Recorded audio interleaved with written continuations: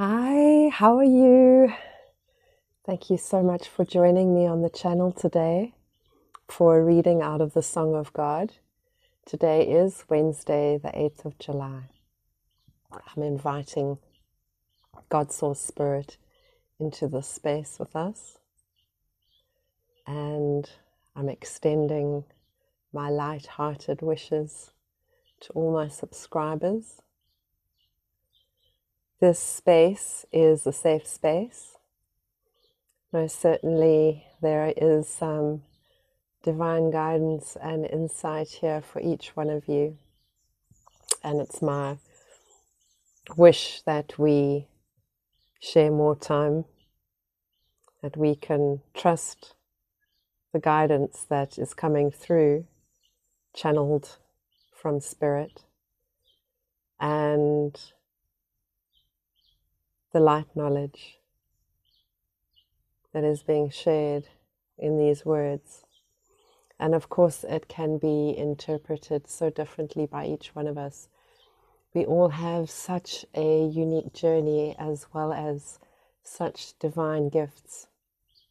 Everyone so different. So please, you are a unique individual. And I think it's so important that when we come into this space to share truth, that we are coming as authentic individuals. And often I say at the beginning of my readings, how are you feeling? Well, that question is not fleeting for me at all, because I think my intention there is to welcome you to put the burdens down. Make sure that you have little distraction around you and that you have set the table, so to speak, to come into quiet stillness, to allow your body to relax and feel calm. And if you need to plan the time, then absolutely plan 15 to 20 minutes daily. And if you find that listening to these readings are better in the morning, it's absolutely okay to wait and listen to and watch yesterday's reading today. And it is about a holistic experience for me. I would love for you to make eye contact with me, to look at the symbolism that comes through in the videos, especially when I am in nature, when I'm outside, because I'm mapping a spiritual journey with you, and we have to look at the signs and the synchronicities. We have to keep ourselves open to these little blessings that keep coming through, where we are guided by God's Source Spirit, by ancestors, by our own intuition, to look for the mystery in life. Okay, so remember, connect with how you are feeling so that you are receptive to hearing the truth, so that your nervous system can relax too, because the heart is like the brain of the nervous system. And if the heart space is feeling compressed in any way, we need to breathe deeply, we need to center ourselves, be aware of the heart, and if you need to put your hands over your heart and then listen to the reading, so that you are directing that peace that comes out of the truth towards the heart space for healing. You have a divine connection to Source and Spirit, and once we've created that space between us, which is so much easier when guided, so much easier when it's done as a collective, that you can be assured you are being heard and felt by the universe. All right, let's read today's reading. The knowers of the three Veda, the drinkers of the Soma, purified of all sins, worshipping me by sacrifices, pray for the way to heaven. They reach the holy world of the Lord, of the gods, and enjoy in heaven the divine pleasure of the gods. They, having enjoyed the vast heaven, enter the world of mortals, where their merit is exhausted, thus abiding by the injunctions of the three Veda and desiring objects of desires, they attain to the state of going and returning. The realization of the Absolute is our goal. We may take the smooth path or the rugged one. We may swim across or ride in a ferry boat. The path of holiness and the path of diabolical beings are not different. Life is the same, but the insight of the holy ones shines brightly, whilst the eyesight of the insight of diabolical beings is closed. In our quest, we should never for a moment forget the goal. The Veda and other scriptures are like the ferry boat, and they are also like the mighty banyan tree that provides cool shade to the weary traveler scorched by the sun, of austerities and of the intense inner effort to transcend the mind. They encourage the despondent soul by providing him with tangible versions of the intangible, clothing the immaterial with the material, the spirit with form. He who complacently surrenders to these and goes to sleep under the banyan tree, abandoning the quest, exposes himself to the danger of wild animals, of desires and evil actions later in this life and subsequent lives. Rituals, forms, and scriptural injunctions are useful only so long as we do not forget the real ultimate goal, which is realization of the Absolute. They do not take us to the destination, but are only pointers without which it may be difficult to find the way. However, they should never be regarded as the goal or a substitute for the goal. Do all the good you can, obviously, because you are convinced that you will go to heaven. This conviction molds your chitta, your subconscious mind, and it determines your next incarnation, meaning on dropping this body, you will be convinced that you are in heaven. Yes, I suppose we always feel like there must be a goal, that there has to be something attained, an award, a reward. I think that a lot of us too are looking for permission. And something that came into the messages this morning was that do we as women, or do we as men and women, need to give our partners, spouses, relationships with each other, do we need to give permission, and are we waiting for permission, and to what end? Sometimes I feel like men need permission to cry. And the reason I'm saying this is, look at the evidence. Look at the evidence of illness, sickness, disease, and the facts and the statistics around heart attacks and men passing. I'm saying it directly more to men because women have a way of processing and expressing their feelings. And many, many more women cry throughout their lifetimes, so much more than men. And we need to consider this, men. What does it mean to be vulnerable?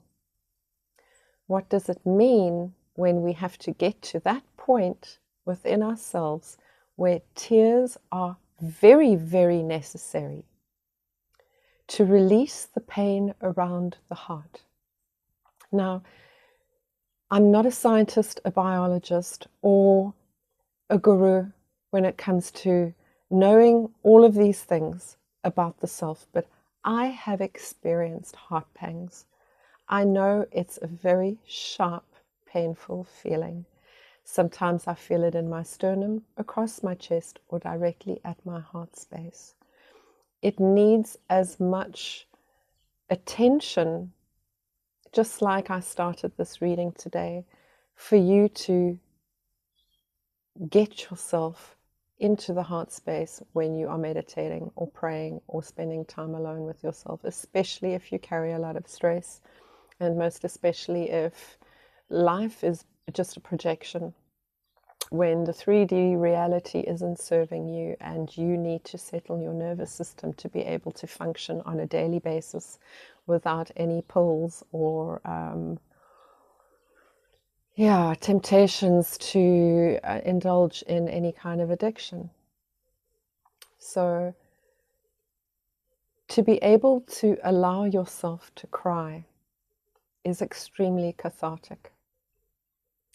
And once that feeling of surrender is felt in the body, our mind is at a stage where it is somewhat separated from the body,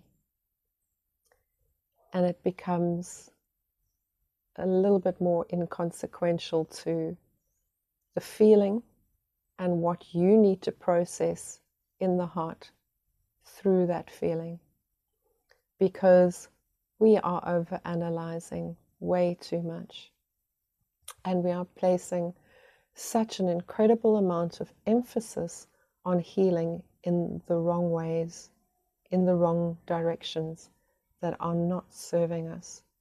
And after all the truths that are being laid out there for us, especially when it comes to medicine and going to see doctors for ailments, we have the ability to introspect, go inwards, self-heal,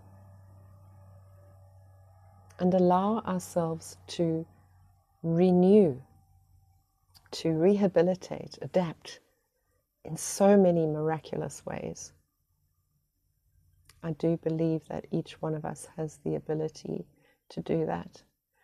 And part of my big transformation that happened recently in Dharamshala, when I had just gone through something extremely painful a couple of weeks before that, it was like a remembrance.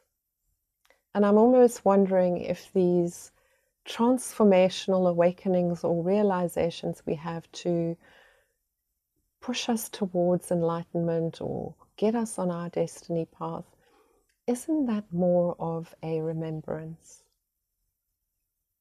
than an actual realization? What is the absolute beginning of that feeling that comes through us, which helps us to reconnect with the higher version of ourselves?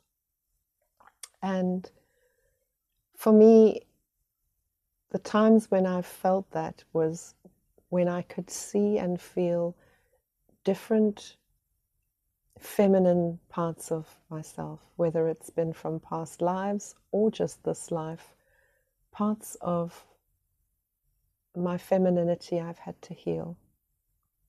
And unfortunately, me being who I am and getting myself into precarious situations because I'm still trying to ground in a 3D reality and submit to, yes, the ways of the world and just survive in the West, I have compromised myself way too many times. And we compromise ourselves every day. So when somebody says to you, how are you feeling? And you say, fine or good, I don't know if that's even fair anymore. Because we are not able to really tap into how we feel unless we spend more time in reverence like this, and mindfully devoted to God, waiting to hear, creating that space for what God has in store for us. So what does it feel like to be high vibrational or to be in the highest version of self? Again, it's surrender. What did I say here? Yes, an openness and willingness It's a choice. So once we've sifted through all those low vibrational emotions, had some introspection and working through the heart space, we are ready. We are ready to be discerning. Yeah, nobody wants to backslide. But I think backsliding is more of a Christian term. And I don't believe it ever should be something that we need to worry about, because once we have an authentic realization, awakening, or a remembrance, it's extremely difficult to not start steering yourself more into the truth and living by that truth, integrating it and implementing it. And if we are not doing that, still knowing the truth, we are going to have cognitive dissonance. There is going to be a duality or a polarization of the self and the ego, or what is spirit-led, what is trauma-led. And if we can discern between the two, well, we are free to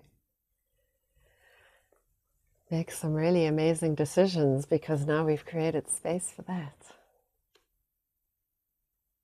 So thank you so much for being here with me on the channel. Please share this message with anybody you think that will resonate with these words. Please give me a thumbs up, and I look forward to seeing you again soon. Take care of yourself. Peace, love, and light. The divine in me honors the divine in you. Namaste. Amen. And God bless you.